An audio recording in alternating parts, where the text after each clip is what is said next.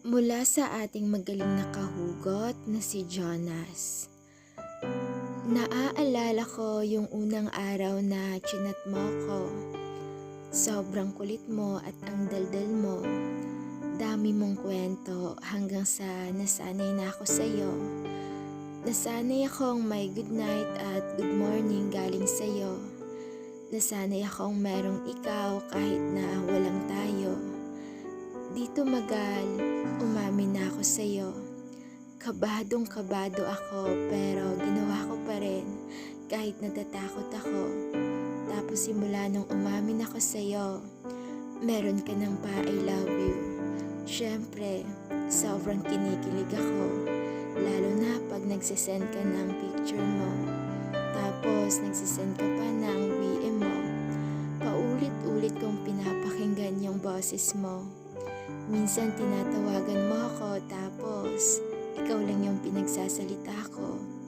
Tumagal ng tumagal, sobrang nasanay na talaga ako sa'yo.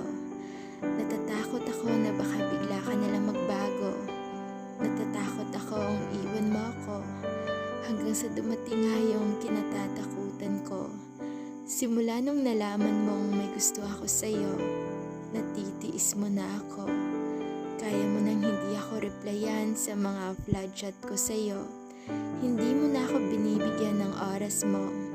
Halatang ako na lang yung interesado sa'yo. Kapag mag-chat tayo, ang laki na talaga ng pinagbago mo.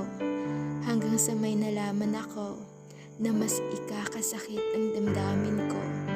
Kaya ka pala nagbago kasi may iba ka ng gusto. Kaya pala umikli na yung reply mo kasi humahaba na sa taong gusto mo.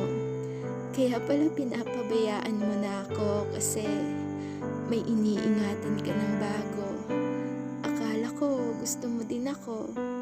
Nagkamali lang pala ako. Akala ko kasi totoo yung I love you mo. Pero ginost mo lang pala ako.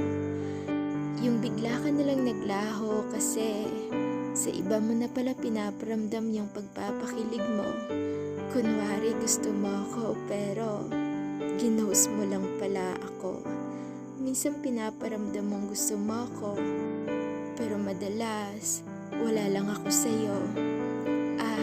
Ginost pero hindi ginusto. Ang daya mo. Sobrang daya mo.